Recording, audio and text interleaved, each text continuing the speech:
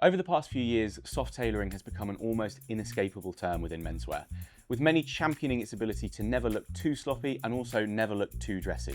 Of course, when we talk about soft tailoring, we're talking about the styling of it, not the actual construction of the garments. Soft tailoring is many different things to many different people, but it's generally defined as the use of more classical tailoring and suiting pieces like the unstructured blazers and classic chinos, mixing that with more traditional casual wear, so old school sportswear, vintage military and denim, and it's very similar to sort of stuff we saw from Ivy style in the 1960s and even power dressing in the 1980s, but with some key differences. Soft tailoring has been kind of a consistent thing since the 90s and has just been getting more and more popular. And I think that's due to its effortless sophistication, its comfort, and also the reason it's stayed for so long, I think, is its versatility.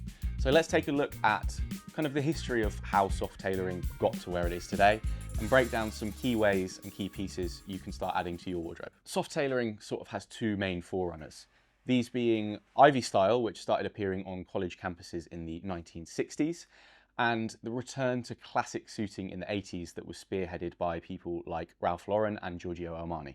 When you take a closer look at each of these kind of steps on the ladder, it's really easy to see the lineage of how soft tailoring came to be. So modern day Ivy style is well documented and its impact on the menswear industry is no secret. Japan's reinterpretation of it is obviously huge and has led to a lot of what we consider heritage style now. But the style we're specifically talking about today is that of the post-war 1950s and 1960s American campuses. So a lot of these items like the V-neck sweatshirt and the polo shirt that we now consider kind of synonymous with smarter dressing were actually all taken from sports. It was kind of a period where you were no longer expected to wear the full suit. So it was a lot more freeing in what was considered smart. So the one key difference between Ivy style and the styles that followed is its comfort. Essentially think about it as a really comfortable outfit with one or two dressier pieces layered on top. Eventually replaced in the mainstream by a much more colourful hippie style in the 70s, it wasn't long until tailoring made a comeback. Led by designers like Giorgio Armani and Ralph Lauren, the 1980s saw a huge resurgence in classical suiting. It was a period of consumerism, decadence and status for some, while for others the era was marred with poll tax riots, welfare cuts and vast inequality. And that is very, very clear in the fashion. You can see in the early 80s films like American Gigolo with Richard Gere, which Armani himself outfitted.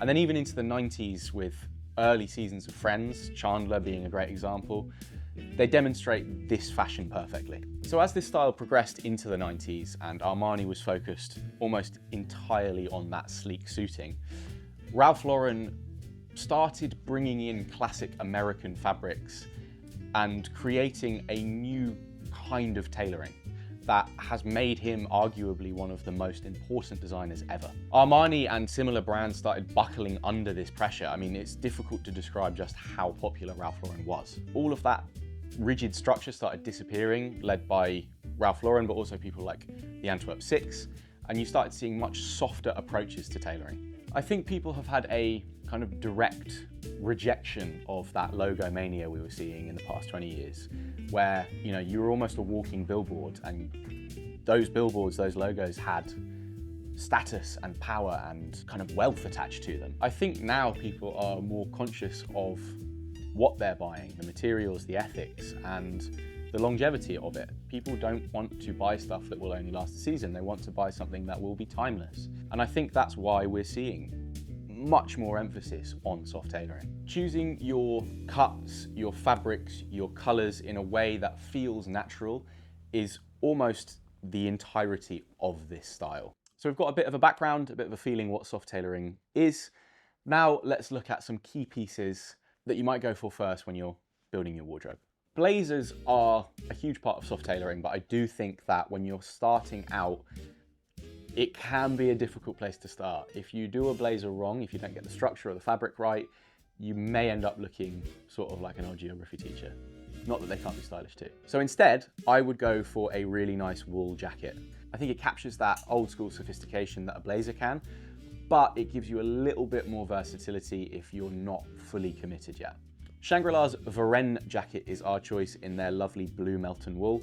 I think it's a really smart jacket, but it also lends a little bit of ruggedness because of its old school cut.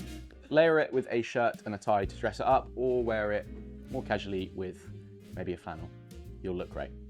A few reliable shirts are absolutely essential if you're breaking into the soft tailoring style, because often they are the base of your outfits. A pattern shirt like one of the Drake's Madras shirts are incredible for adding a pop of color and texture to an outfit, and they work really great as a standalone piece.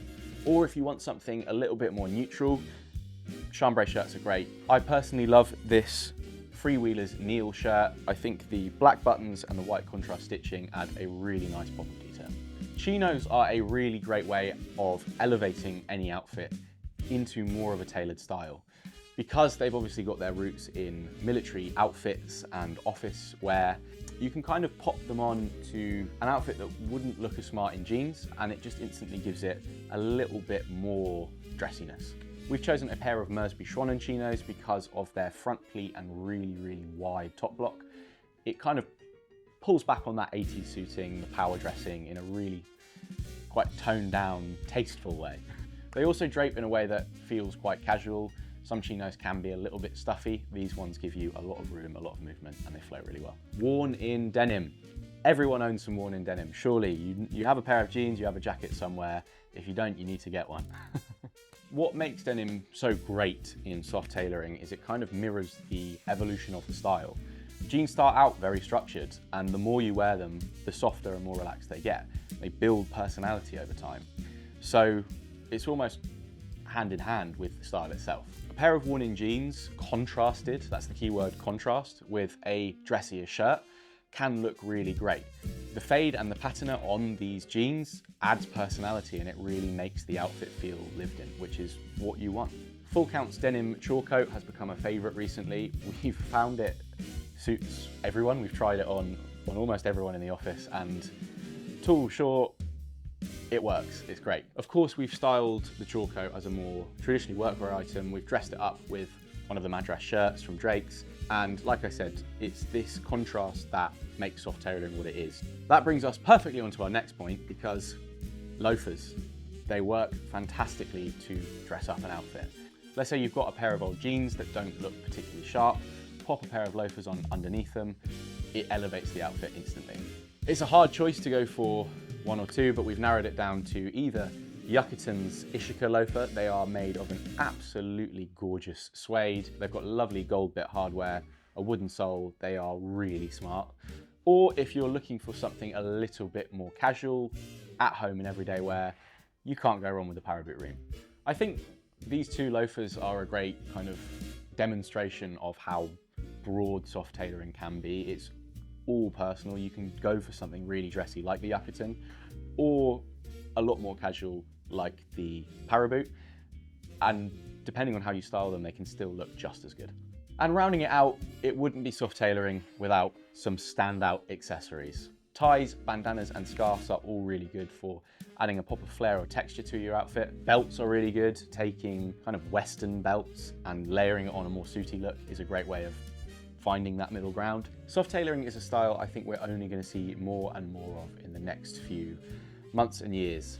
So even if it's not particularly up your street at the moment, it's really worth kind of having a look at what people are doing with it, because it's one of the easiest styles to get into in a very natural and personal way.